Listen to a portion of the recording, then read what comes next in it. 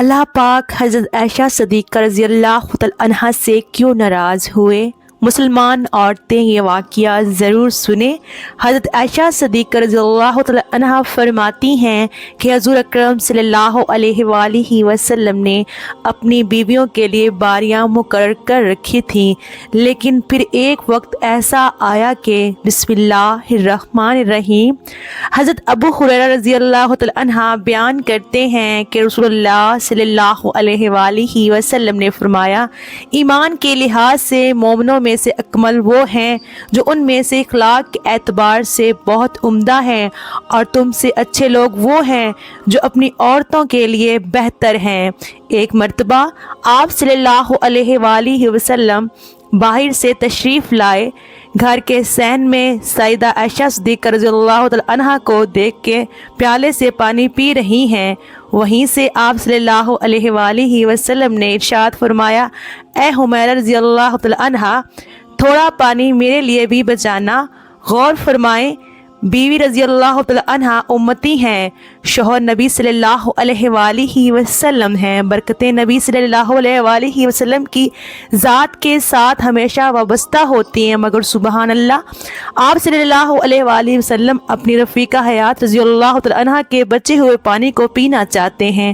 جب سیدہ عائشہ صدیقہ رضی اللہ تعالی عنہا نے کچھ پانی بچا کر خدمت اقدس میں پیش کیا تو نوش فرمانے سے پہلے معلوم کیا کہ اے حمیرہ رضی اللہ تعالی عنہا، تم نے اس پیالے کے کس حصے سے لب لگا کر پانی پیا تاکہ میں بھی اس جگہ سے پانی پیوں؟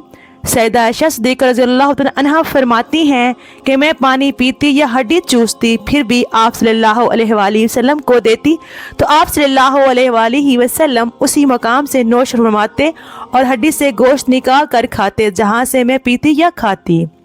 بعض اوقات ازواجہ مطہرہ رضی اللہ تعالی عنہا ادھر ادھر کے قصے یا گزرے ہوئے واقعات بیان کرتی تو آپ صلی اللہ علیہ وآلہ وسلم برابر سماعت فرماتے رہتے اور خود بھی کبھی اپنے واقعات سناتے۔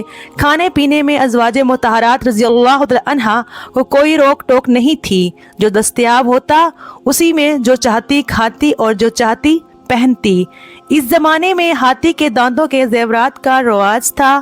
آپ صلی اللہ علیہ وآلہ وسلم اس قسم کے زیور پہننے کا حکم فرماتے، بیویوں کا پاک صاف رہنا پسند فرماتے، ازواج مطہرات رضی اللہ تعالی عنہا پر لعن طعن نہ فرماتے اور نہ ہی ان سے سخت اور درشت لہجے میں گفتگو فرماتے۔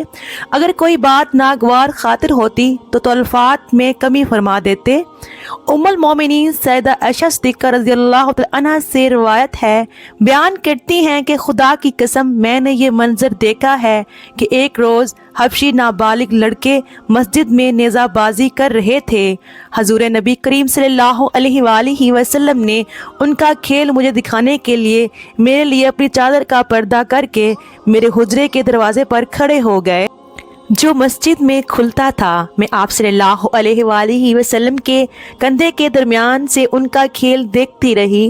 آپ صلی اللہ علیہ وآلہ وسلم میری وجہ سے مسلسل کھڑے رہے یہاں تک کہ میرا جی بھر گیا اور میں خود ہی لوٹ آئی۔ صحیح بخاری کی حدیث نمبر 4912 میں سورہ تحریم کے اس واقعے کی تفسیر ہے کہ جسے عمومی طور پر واقعہ تحریم کہا جاتا ہے۔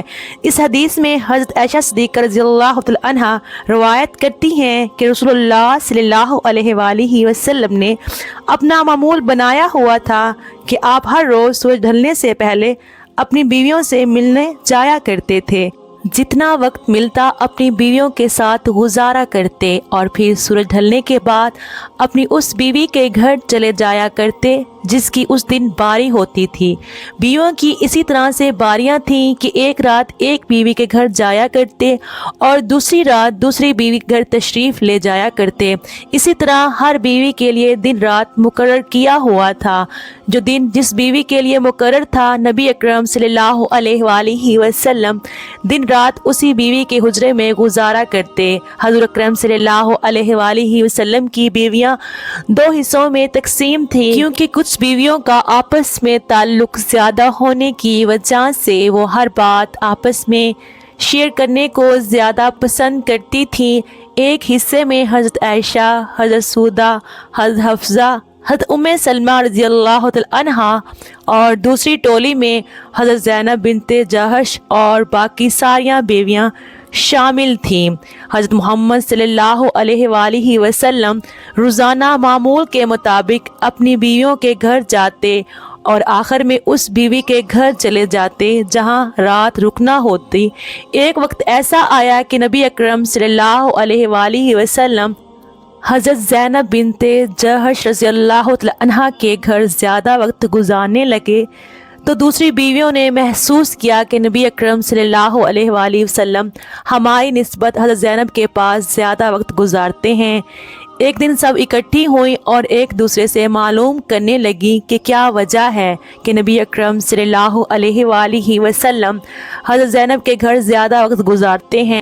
تو معلوم ہوا کہ حضرت زینب رضی اللہ تعالی عنہا کے گھر کسی رشتہ دار نے شہد تحفہ بھیجا ہے اور حضرت زینب رضی اللہ تعالی عنہا وہ تحفہ روزانہ حضور اکرم صلی اللہ علیہ وآلہ وسلم کی خدمت میں پیش کرتی ہیں، جو کہ نبی اکرم صلی اللہ علیہ وآلہ وسلم کو شہد بہت زیادہ پسند ہے۔ اس شہد کو مزے مزے سے پینے میں نبی اکرم صلی اللہ علیہ وآلہ وسلم زیادہ وقت لگا دیتے تھے۔ اسی وجہ سے حضرت محمد صلی اللہ علیہ وآلہ وسلم کا زیادہ وقت حضرت زینب کے گھر گزرتا رہا۔ حضرت عائشہ صدیقہ رضی اللہ تعالی عنہا، حضرت سودہ رضی اللہ تعالی عنہا اور حضرت حفصہ رضی اللہ تعالی عنہا کے پاس تشریف لائیں اور فرمانے لگی کہ حضرت محمد صلی اللہ علیہ وآلہ وسلم حضرت زینب کے گھر زیادہ وقت لگاتے ہیں، اسی وجہ سے ہم نبی اکرم صلی اللہ علیہ وآلہ وسلم کے وقت سے محروم رہ جاتی ہیں۔ کوئی ایسی بات بتاؤ جس کی وجہ سے محمد صلی اللہ علیہ وآلہ وسلم حضرت زینب کے گھر وقت کم دیا کریں۔ انہوں نے آپس میں یہ سوچا کہ جب نبی اکرم صلی اللہ علیہ وآلہ وسلم ہمارے پاس آئیں گے تو ہم سب نبی اکرم صلی اللہ علیہ وآلہ وسلم سے ایک ہی بات کہیں گے کہ اے حضور آپ کہاں تھے، اتنی دیر ہو گئی، ہم آپ کا انتظار کر رہی تھی۔ جب نبی اکرم صلی اللہ علیہ وآلہ وسلم اس کا جواب دیں گے تو ہم سب یہ کہیں گے اے اللہ کے نبی، آپ صلی اللہ علیہ وآلہ وسلم سے مغفر کے پھول کی بو آ رہی ہے، ایسا لگ رہا ہے کہ آپ مغفر کے پھولوں کا رس پی کر آئے ہیں۔ اور نبی کریم صلی اللہ علیہ وآلہ وسلم کی یہ عادت تھی کہ آپ کو کسی قسم کی بو بالکل بھی پسند نہ تھی، آپ سے ہمیشہ خوشبو ہی آیا کرتی تھی۔ جب نبی اکرم صلی اللہ علیہ وآلہ وسلم حضرت حفصہ رضی اللہ تعالی عنہا کے پاس تشریف لائے تو انہوں نے پوچھا اے اللہ کے نبی آج کافی دیر سے آئے ہیں، سب ٹھیک تو ہے؟ اس کا جواب دیتے نبی کریم صلی اللہ علیہ وآلہ وسلم نے فرمایا میں زینب کے گھر سے شہد پی کر آ رہا ہوں۔ حضرت عائشہ، حضرت سودہ، حضرت حفصہ اور سلمہ رضی اللہ تعالی عنہا نبی اکرم صلی اللہ علیہ وآلہ وسلم کو کہا کہ اے اللہ کے نبی آپ کے منہ مبارک سے مغفر کے پھول کی بو آ رہی ہے۔ ان کو معلوم تھا کہ نبی اکرم صلی اللہ علیہ وآلہ وسلم ذرا سی بھی بو کو پسند نہیں کرتے، وہ کوئی ایسی چیز کے پاس نہیں جاتے جس سے ذرا سی بو آنے کا ایسی چیز کے پاس خدشہ ہو۔ چنانچہ حضور اکرم صلی اللہ علیہ وآلہ وسلم سب سے آخر میں حضرت حفصہ رضی اللہ تعالی عنہا کے پاس پہنچے۔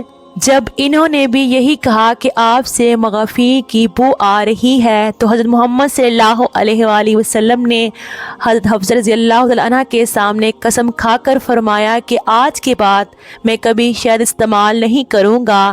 یہ بات کرتے ہوئے نبی اکرم صلی اللہ علیہ وآلہ وسلم نے حضرت حفصہ رضی اللہ تعالی عنہا کو فرمایا کہ جو میں نے قسم کھائی ہے اس کے بارے میں کسی کو مت بتانا، چونکہ نبی کریم صلی اللہ علیہ وآلہ وسلم ان ازواج کا مقصد سمجھ گئے تھے، اس لیے آپ نے قسم کھا لی کہ آپ نہ صرف حضرت زینب بنت جہش سے بلکہ عام طور پر بھی شہد نہ نوش فرمائیں گے۔ اپنی قسم کے متعلق کسی سے بھی ذکر نہ کرنا، لیکن حضرت حفصہ رضی اللہ تعالی عنہا نے یہ بات حضرت عائشہ رضی اللہ تعالی عنہا کو بتا دی۔ حضرت محمد صلی اللہ علیہ وآلہ وسلم کے اس راز کو بیان کرتے ہوئے اللہ تعالیٰ نے سورہ تحریم میں فرمایا جو قرآن پاک کے 28ویں پارے میں ہے، جس کا ترجمہ یوں ہے: اے نبی، آپ اس چیز کو اپنے لیے کیوں حرام کر رہے ہیں جس چیز کو اللہ نے حلال کیا ہے؟ شہد ایک حلال چیز ہے۔ آپ صلی اللہ علیہ وآلہ وسلم نے اپنی بیویوں کو خوش کرنے کے لیے شہد کو حرام کر لیا ہے۔ اللہ تعالیٰ بخشنے والا ہے، اس قسم کا کفارہ آپ کے لیے مقرر کر دیا ہے۔ پھر اللہ تعالیٰ نے حضرت حفصہ رضی اللہ تعالیٰ عنہ کو، جنہوں نے جو راز حضرت عائشہ صدیقہ رضی اللہ تعالیٰ عنہ کو بتایا، اس کے بارے میں اشارہ کیا۔ حضرت محمد صلی اللہ علیہ وآلہ وسلم نے حضرت حفصہ سے کہا کہ تم نے میری قسم کے بارے میں حضرت عائشہ کو کیوں بتایا؟ میں نے تم سے کہا تھا کہ یہ راز کی بات ہے اور میرے اور تمہارے درمیان ہی رہے، پر آپ نے یہ راز نہیں رہنے دیا۔ حضرت محمد صلی اللہ علیہ وآلہ وسلم نے اشارتاً حضرت حفصہ کو بتلایا کہ تم نے راز کو راز نہیں رہنے دیا۔ پھر حضرت حفصہ رضی اللہ تعالیٰ عنہ نے حضرت محمد صلی اللہ علیہ وآلہ وسلم سے پوچھا کہ آپ کو کس نے بتلایا کہ میں نے راز کو راز نہیں رہنے دیا؟ نبی کریم صلی اللہ علیہ وآلہ وسلم نے حضرت حفصہ کو فرمایا، مجھے میرے رب کائنات نے بتلایا ہے کہ حفصہ نے راز کو راز نہیں رہنے دیا۔ اس نے حضرت عائشہ کے سامنے اس کا ذکر کر دیا ہے۔ اب اگر تم دونوں اللہ کی بارگاہ میں توبہ کر لو تو اللہ معاف کرنے والا ہے، اللہ تم دونوں کو معاف فرما دے گا، اور اگر تم اپنی ضد پر اڑی رہو گی تو اللہ تعالیٰ تم پر سخت ناراض ہوگا۔ اللہ تعالیٰ اور اس کے فرشتے میرے مددگار ہیں۔ سورہ تحریم آیت 1 تا 5 میں اللہ پاک اس واقعے کو یوں فرماتا ہے: اور یاد کرو جب نبی نے اپنی پاس عورتوں سے ایک پوشیدہ بات کہی، پس جب اس نے اس بات کی خبر دی اور اللہ نے اپنے نبی کو اس بات پر آگاہ کر دیا تو نبی نے تھوڑی سی بات تو بتا دی اور تھوڑی سی ٹال گئے۔ پھر جب نبی نے اپنی اس بیوی کو یہ بات بتائی تو وہ کہنے لگی، اس کی خبر آپ کو کس نے دی؟ کہا، سب جاننے والے، پوری خبر رکھنے والے اللہ نے مجھے یہ بتلایا ہے۔ اے نبی کے دونوں بیویوں، اگر تم دونوں اللہ کے سامنے توبہ کر لو تو بہتر ہے، یقیناً تمہارے دل جھک پڑیں گے، اور اگر تم نبی کے خلاف ایک دوسرے کی مدد کرو گی بس یقیناً اس کا کارساز اللہ ہے اور جبریل ہیں اور نیک اہل ایمان اور ان کے علاوہ فرشتے بھی مدد کرنے والے ہیں۔ اس کے بعد حضرت حفصہ اور حضرت عائشہ رضی اللہ تعالیٰ عنہ نے اپنی غلطی تسلیم کرتے ہوئے اللہ پاک سے توبہ کی، اور پھر اللہ کے نبی نے اپنی قسم کا کفارہ ادا کیا۔ اگر یہ کوئی عام بندہ بات کہہ دیتا تو اس کا کسی بھی قسم کا کوئی فرق نہ پڑتا، لیکن نبی کریم صلی اللہ علیہ وآلہ وسلم تو اللہ کے نبی ہیں، ان کی ہر ایک بات منہ سے نکلی ہوئی سچ اور حق ہوتی ہے۔ اگر اللہ پاک نبی کی اس قسم پر کفارہ مقرر نہ کرتے تو یہ رہتی دنیا تک شہد پینا منع فرما دیا جاتا۔ اللہ تعالیٰ نے نبی اکرم صلی اللہ علیہ وآلہ وسلم کو اس کھانے کا کفارہ مقرر کیا کہ اگر میں کسی چیز کو حلال کرنے والا ہوں تو آپ صلی اللہ علیہ وآلہ وسلم اس کو حرام کیوں کر رہے ہیں؟ سورہ نجم میں اس طرح حکم آیا ہے کہ میرے نبی اپنی مرضی کے مطابق بات نہیں کرتے، وہ وہی لوگوں کے سامنے بیان کرتے ہیں جس کا میں حکم دیتا ہوں۔